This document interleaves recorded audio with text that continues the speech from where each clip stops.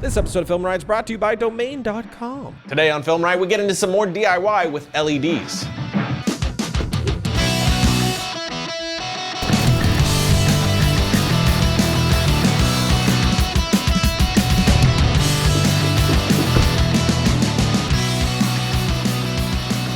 Welcome to FilmRiot, the show that takes the mystery out of the effects and techniques, going to some of your favorite Hollywood films. I'm your host, Ryan Conley, and I really love finding cheap and interesting solutions for lighting. Some of my favorite things that I use are store-bought, and oftentimes aren't even things that I needed to build, like this Energizer lamp right here that we showed a few months ago, or my can lights, which of course you guys know I adore. But I have been interested into getting into more LED strips for a while now, and after seeing this video right here where someone made a full-on DIY LED panel, which is crazy bright and very awesome and definitely worth a watch, I got interested enough to go to Home Depot and look around. And now we aren't building anything, but we are going to be messing around with the easy to use LED.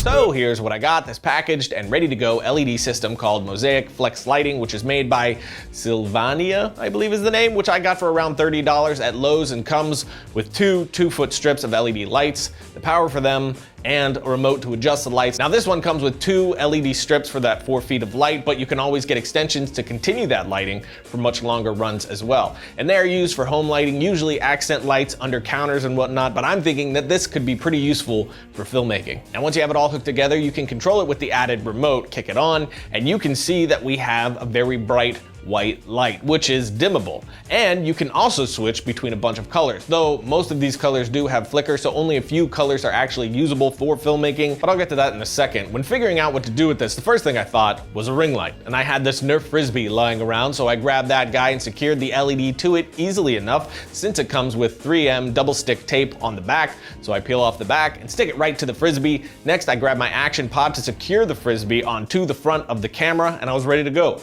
Of course, you can mount it however you want. There are plenty of ways to do this where it'll look a lot less cheap on your camera than what I did. The point is, you can mount it however you want with whatever's lying around your house if you want. It's super easy to set up and get going. So now I can kick it on and get that music video fashion vibe with the ring in the eyes and the light on the face. And like I was saying before, we can cycle through several colors, but I found that only red, green, blue, yellow, and white are gonna work without flicker. The rest will have flicker when you try to use them, as you can see here when I cycle through, which is a bummer, especially for orange, but there are still plenty of colors to keep me happy. I'd also want to add at least 2 more strips of this to make it a little more bright. It's bright now, but I'd like more to work with. Even still, it's effective as is, since mostly I just want this for fill light or to use as something I can hide pretty much anywhere I want. So as the Frisbee light that I have currently set up, it works well as that stylistic music video light while the subject is close, but as they move away, it turns into more of a fill light. Another thing I did was to move it into different areas around Josh's face just by hand holding this setup, which was obviously really easy to do. Then, since we have double stick tape on the back, I took it off the Frisbee and threw it onto the arm of a C-stand. And now we have a strip light right above the camera, which I can cycle through the colors here as well if I wanted, or even drop the C-stand down to shift to a bottom light, which I liked a lot. So I really found that using this as a strip light and not as a ring light was a lot more effective for me, especially since I can hide it wherever I want, like sticking it to a part of the set where there's no way to mount another light, which will definitely come in handy for me. And since they are LEDs, which don't get all that hot, I can use them around my actor, just slap it onto their bodies, and I'm sure with a little time you could work these into a costume somehow. But that is the light, not something that I would use as a main light or a key, but more of a fill or accent light, so another great addition to my indie toolbox. But now, we break, and then more stuffs. Domain.com is the place to go if you're trying to get yourself seen on the interwebs. If you have a website, it's happening. If you want to get a website, Domain.com has the best hosting plans, reliable and affordable. Why are you doing that? Be quiet. I liked it when you were silent. They have the domain discovery service to help you pick the right name for you, and when you use the coupon code FilmRiot at checkout, you get 15% off your domain name and web hosting. So when you think domain names, think Domain.com. Why? I'm talking again. Yeah, so only when I talk. Okay. Logo.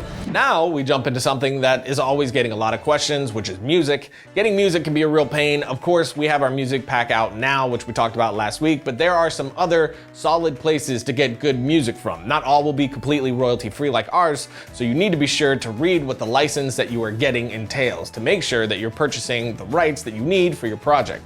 Some of my favorite places to get music would be APM Music, The Music Bed, and Audio Jungle. APM Music is probably the most expensive. They have a massive selection, including some tracks from actual feature films, but you're usually looking around $200 and up for a track. Then you have The Music Bed, and if you're looking for licensing music from an actual band, this is definitely the place to go. They make it super easy and have a really great selection as well. And then there's Audio Jungle, and it's one of the cheapest and has epic film scores. I bought the music I used for the Gun Pack demo that we did a while back from there.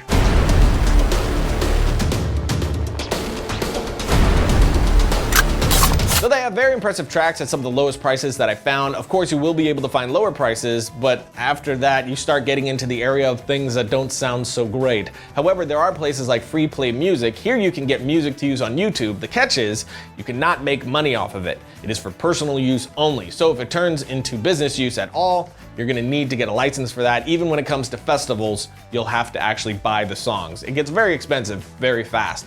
But if you are just looking for some stuff to practice with for free, this site is perfect for that. And then there's our pack. We sell our songs with all the stems included, meaning all the layers of music that make up that song, so you're not just stuck with that original arrangement. You can customize it any way that you want, and there's no licensing restriction. Fully royalty free, which means you can do whatever you want with it, except sell it as music, no reselling. Other than that, you can use it in any project at any budget, forever. And we're gonna be making a lot more packs just like this. But regardless of which route you take, all of the above are good ones, leaving our pack out of it because obviously I'm biased. I would say Audio Jungle and The Music Bed are the best by far. But you still have to be able to fit them into your project, which takes some editing since these are pre-made tracks, not specifically made for your project.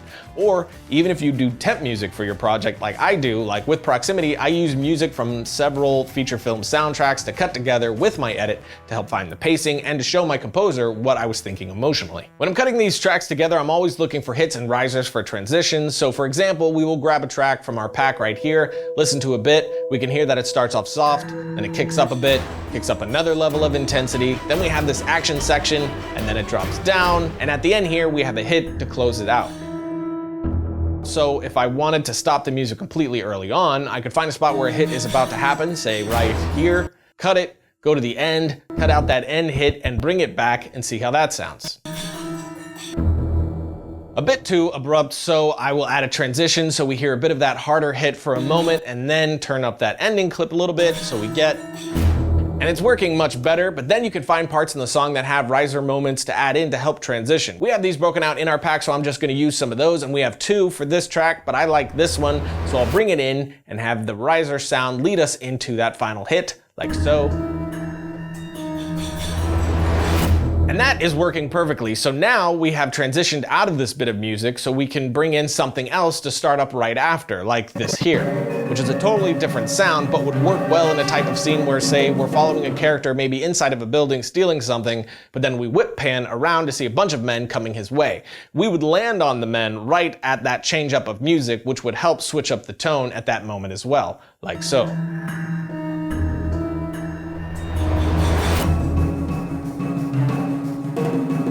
Which we are just bringing in that new track right at the hit so it fits. And then if we wanted to, we could arrange this further by letting the new one drop out, give it a moment of silence right before the action fully kicks in. And I'll bring the music back in using a riser, and again, maybe an accent as well to have this.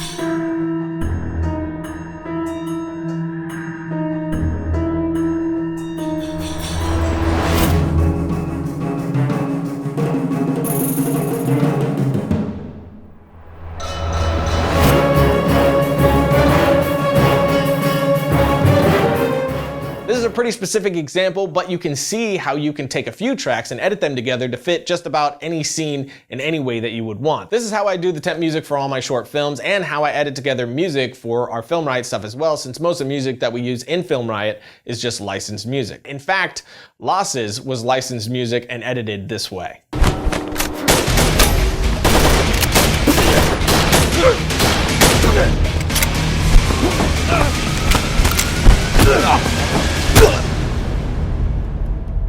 So check out those sites. All the links for them are in the description, including links to our new music pack, which you can find right here. Again, composed by Ben Worley, who you can find on Twitter right here. And that is it. If you have any questions or just want to say hi, best place is usually on Twitter for me, right here. And I'll see you guys next week when I splice one disturbing frame into a family film.